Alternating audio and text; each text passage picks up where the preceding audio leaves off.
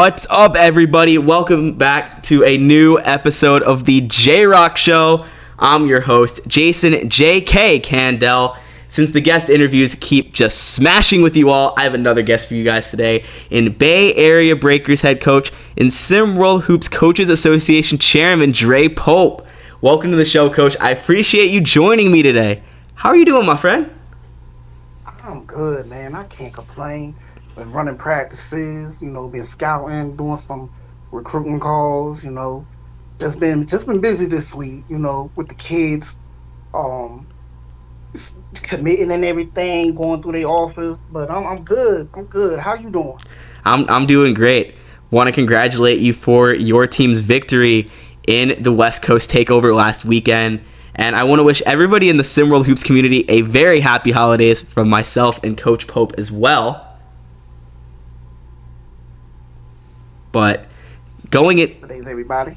Yes, happy holidays to you all. But let's not waste any more time. Let's dive right in. One of the biggest conversations in SimWorld U. Ranked teams go down on Tuesday night. Number 20 Washington State goes down to Texas. Number 11 Gonzaga goes down to Georgia Tech. Number 16 Cal and number 22 St. Mary's goes down to Villanova. There have been a lot of questions about those 500 and sub 500 teams being ranked. Aside from the elites, it seems like there is a whole lot of mid. Is this level of mediocrity good or bad for SimWorld U basketball? I mean, I think it's a little bit of both. We have to understand, too, this is a non-conference part of the schedule, too. So a lot of these teams, they've been scheduling, heavy hitters. So they've been canceling each other out. I would like to see, going forward, it's going to level out. It's going to separate for real in conference play. But it's just a non-conference. Like I said, it's a non-conference part. They just been scheduling, heavy hitters. Yeah. For me, one of my favorite things about SimWorld U basketball, about college basketball as a collective, has always been that anything can happen on any given night, and that has certainly happened this year. Like, Washington State was ranked. They lost to a Texas team that is looking like one of the best, not only in the Big 12, but in the country. I think that there's a lot of teams that are in this range that are ranked, that are up around or below 500 and still ranked because of the level of competition, and I kind of enjoy it. But in a sense, there's also a little bit of less intrigue about that because outside of the elites, there's a steep drop-off, which makes me think come Hoopsteria that there's going to be less upsets. We love the chaos, we love the upsets, and I don't think we're going to get many of those come March. Maybe. I mean, we still got, like I said, we still got to see conference play. Miami on the defending champs, they've been looking horrible, but they might come right the ship during conference, play, go through the conference tournaments. I mean, we just will have to see. At the top, you got your Duke, you got your Alabamas, and they've been looking real good. Texas also.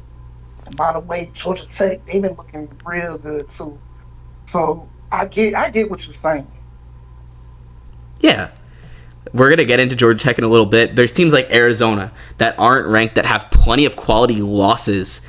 With there being so much competition, it has these teams being ranked. Like the San Diego State, they're undefeated, so I'm not really going to hold that against them. But the Virginia Techs, there's certain teams that are surprisingly in there, but I'm kind of enjoying the turnover.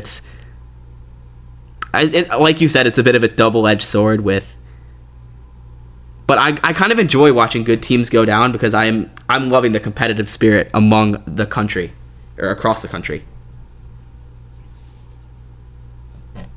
Same here. I'm from UCLA, and I know that I called a couple. I called that they were gonna lose a couple of games too, even though I wanted to go for them. But like I said, it's been exciting to see these teams going at it, the upsets, those overtime games. Like it's been wonderful this year so far. I love it. There's nothing better than good, unpredictable basketball, and We mentioned Arizona with some quality losses. You mentioned Georgia Tech as well. Their win streak increased to 9 games on Tuesday night with no Malik Duffin due to that suspension due to the fight with Lorenzo Phenom last Thursday. Zaza Gregorian got his first start of the season, did not disappoint. 13 points, 16 rebounds, 8 assists, and 8 blocks from Zaza Gregorian. We'll surely see an expanded role going forward. What a showing. I have no words for that. That's my type of game right there. It was surprising to see, but I hope they really expand his role moving forward because it seemed like he can do everything. And, that's just a plus. That's just more depth for Georgia Tech, who is one of the hottest teams in the country right now. Georgia Tech is looking like they're the only team in the ACC that can give Duke a real fight right now. But Georgia Tech, it's been a great week to be Damon Stoudemire. Secured a commitment from one of your key players in sharpshooter Trey Bird. Congrats, Trey Bird. They also secured a commitment from Tyree Wells. Damon Stoudemire, not only are they winning games right now, they're setting a foundation for what the future can be down in Atlanta, and the Yellow Jackets look scary. And another note about Trey Bird, he's going to be a 2-sport athlete for them. He's not only going to play basketball, he's going to play baseball for them. When he mentioned that to me, I was so excited for him. We talked it over. Of course, I gave him my opinion. And for them to, wanting him to be a dual sports player, they're giving him a full ride. I mean, it was a no-brainer, and they're looking really good right now. And so, I was adamant, like, go ahead, take that offer. They giving you all this and letting you play baseball too. It's just wonderful to see, my players, getting that offer and, committing. It's just really, really awesome to see. Yeah, and the shooting duo of him and Adam Mahmoud might be one of the best in the country. I am so excited to see that because I love good 3-point shooting. Yes, and that's what I was telling. And I was telling him that too. A backcourt of sharpshooters that can go off at any time. This is just going to make life easier, and I really like that for him.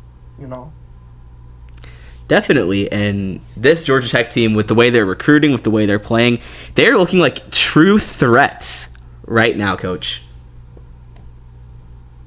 Yes, and I wouldn't even be surprised, if, for some odd reason, for flag leads for the SWBA draft, early, you never know that Georgia Tech, they can be, the premier team in the ACC for the next few years, to be honest. I would love to see it, and let's stay on the SimWorld Prep front. A lot of SimWorld Prep commitments, a lot of top talent coming to SimWorld U. Most notably, number 1 prospect Kai Killens headed to Tuscaloosa. Had him on the show last week. I did not expect a decision this quickly after his decommitment from LSU. Could be him and DJ Childs, him and Levin Cutler. He is pairing up with Almighty Soul, another one of the top prospects in SimWorld Prep. Though Soul is still a year away.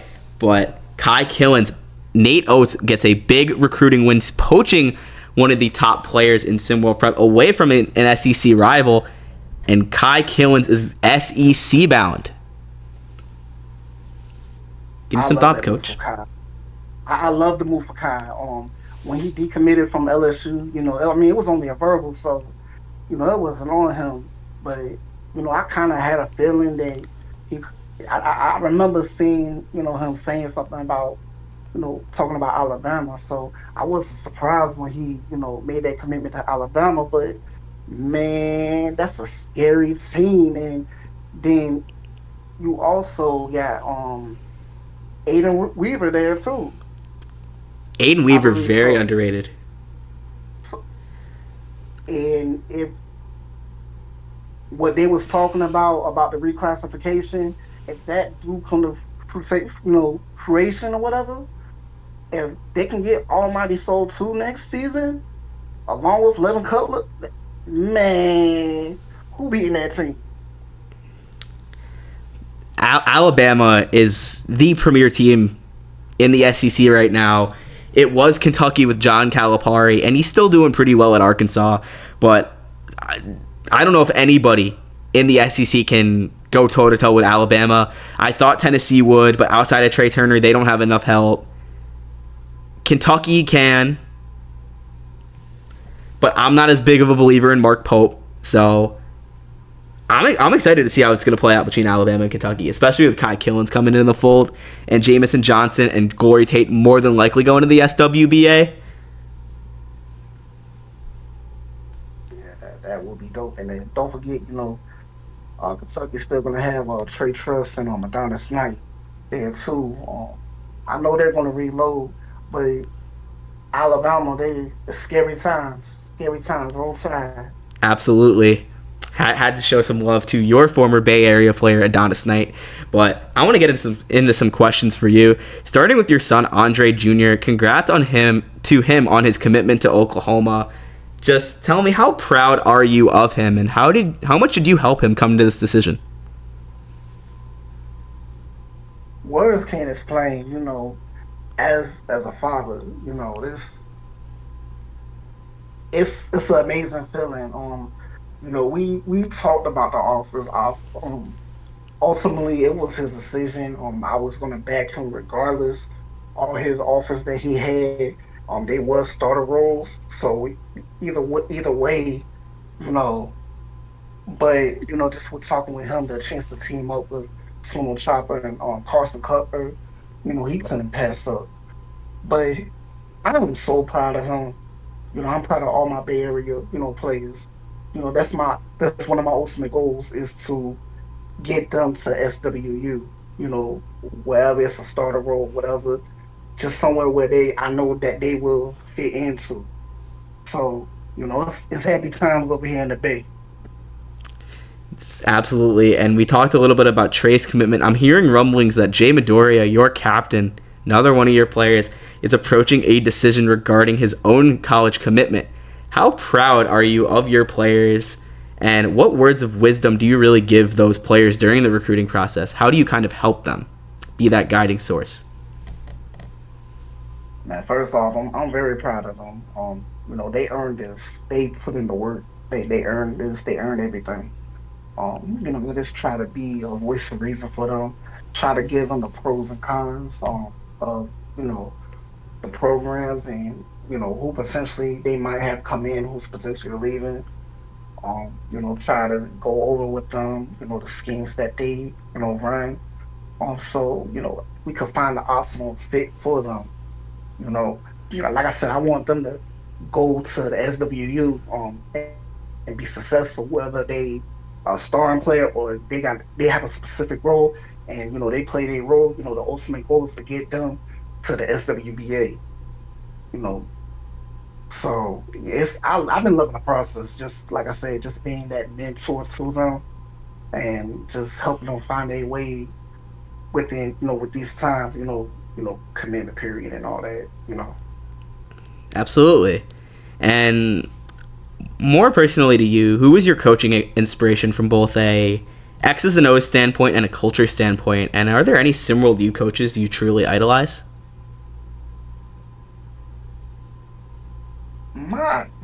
My favorite coaches from an X's and O's standpoint, um Phil Jackson. I'm a Lakers fan by heart. I grew up watching the Bulls and the Lakers, and just seeing him win those championships with both Jordan and Kobe and Shaq. Um, you know I I I draw inspiration from that. From a cultural standpoint, um, you gotta start with Ray Pops, man, from San Antonio, man. His longevity, he has that unique culture, the Spurs way. Um, I always been a fan of that, always been a fan of his. And at the SWU level, coaching wise, um, I would have to say I'm a big fan of um, UConn's coach. Dan He Hurley. was supposed to come to the yeah, he was supposed to come to the Lakers, but it was a little swerve. But I like how he built his program. Tom Izzo, um, always been one of the great, and also former North Carolina coach Roy Williams. Um, College wise, I went to UCLA, but I'm a huge North Carolina Tar Heels fan. I was like that ever since I was little. Um, so so Roy Williams, he's one of them too. Absolutely. You know I have ties to Michigan State. You know I'm a Tom Izzo guy through and through. So I'm really glad you brought him up. Appreciate you bringing up a coach that I have a great relationship with at the SimWorld U level, actually. But who's your way too early pick to win Hoopsteria this season through what you've seen so far this year?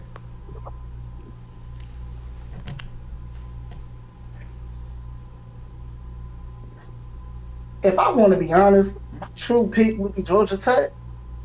But the way things shaping up, I wouldn't be surprised if it's Duke. Cooper Flag is a machine. That's all I can say. Okay, that I guess you're an ACC guy, but what do you hope your current players learn from your former players who are now at the SimWorld U level?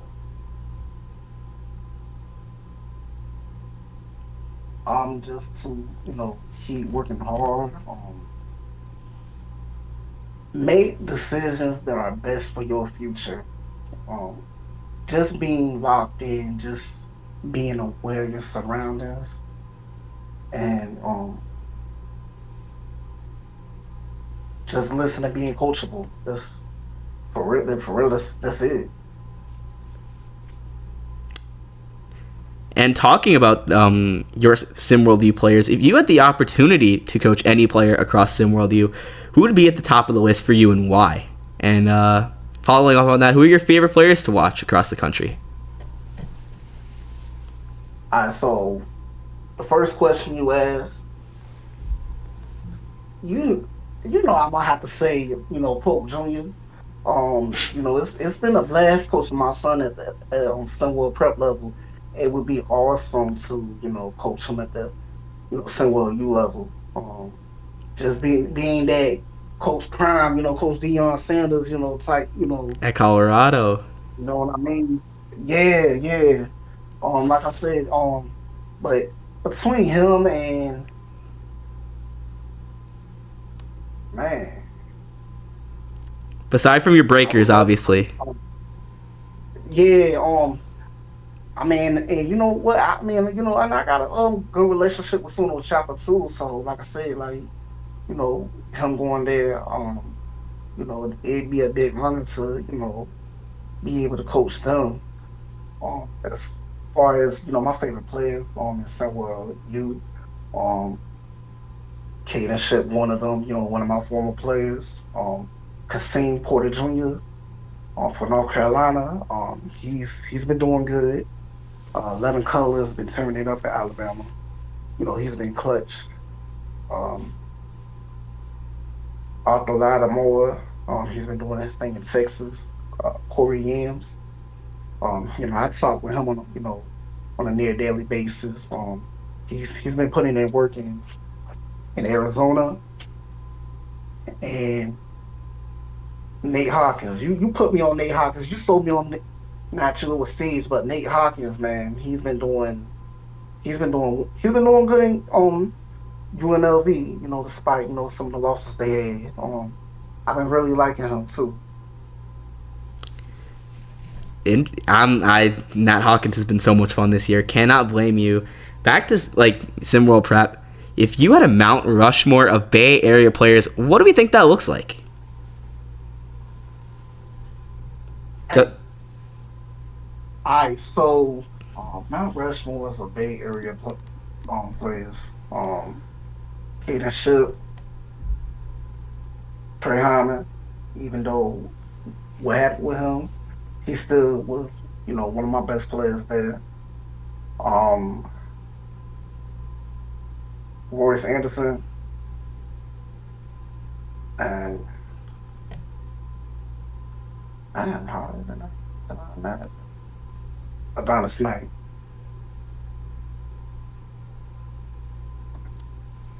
Okay. And before with so much talent joining both the SimWorld Prep and SimWorld U circuits, how much more exciting and difficult does it make your job as a coach? It's exciting. It doesn't make my job difficult. I'm always an easy person to talk to. You know, I always reach out to talent. Gauge their interest. If they don't sign with me, help guide them in the right direction. So it's pretty awesome. It's good times. In somewhere prep. Definitely. And I know a lot of coaches would be willing to make the jump to SimWorld U. Have you considered that at all? Almost definitely. And I've told my players, I'll tell anybody if I can make the jump to somewhere you, I will. Obviously, I already I've been reaching out and trying seeing what's available, what could become available. Like I said, the opportunity presents itself if I'm able to coach my son, and so no, I I'll do that quick, fast, in a hurry. Yep, and you mentioned your UCLA ties, so I'm sure that wouldn't hurt either.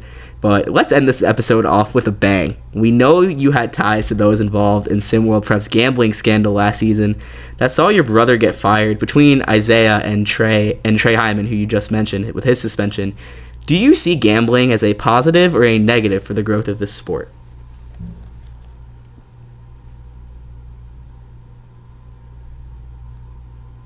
It's a double-edged sword. Obviously, I would say, it'd be a positive, but it would have to be people that's outside of somewhere prep, somewhere somewhere be SWBA, doing that, as players, coaches, anybody that has ties with the game, that's a bad look. That I wouldn't even recommend that. So, so, it's a cloudy situation, with that. Like you can see the potential, but in the cases with Trey and my brother, you can see the downside of that. Um, I think with that, it's just have to be regulations in place. Um, like I said, wouldn't be opposed to it, but major off limits for coaches and players and officials. Within SimWorld Prep, SimWorld U, SimWorld BA, SWBA. Yeah, and just quick follow up to that to conclude this episode. As a father and a coach, how do you kind of hold people accountable for making decisions like this that many people would consider bad decisions, that are bad decisions? I mean, they got to live with it. I try to, help them navigate the pitfalls, give them advice. But if it's something, I mean, you have to own up to it, you know. I mean, at the end of the day, you're not only affecting, yourself, you're affecting the people around you, your team, and everything. And it's not a good look, you know. Absolutely.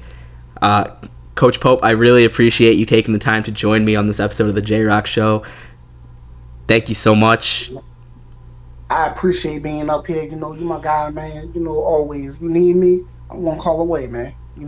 Appreciate that. Would be happy to have you back on again at some point. That's going to do it for this episode of the J Rock Show. Appreciate you all for tuning in. Happy holidays. And remember, SimWorld, the only place where you can see the game and be the game.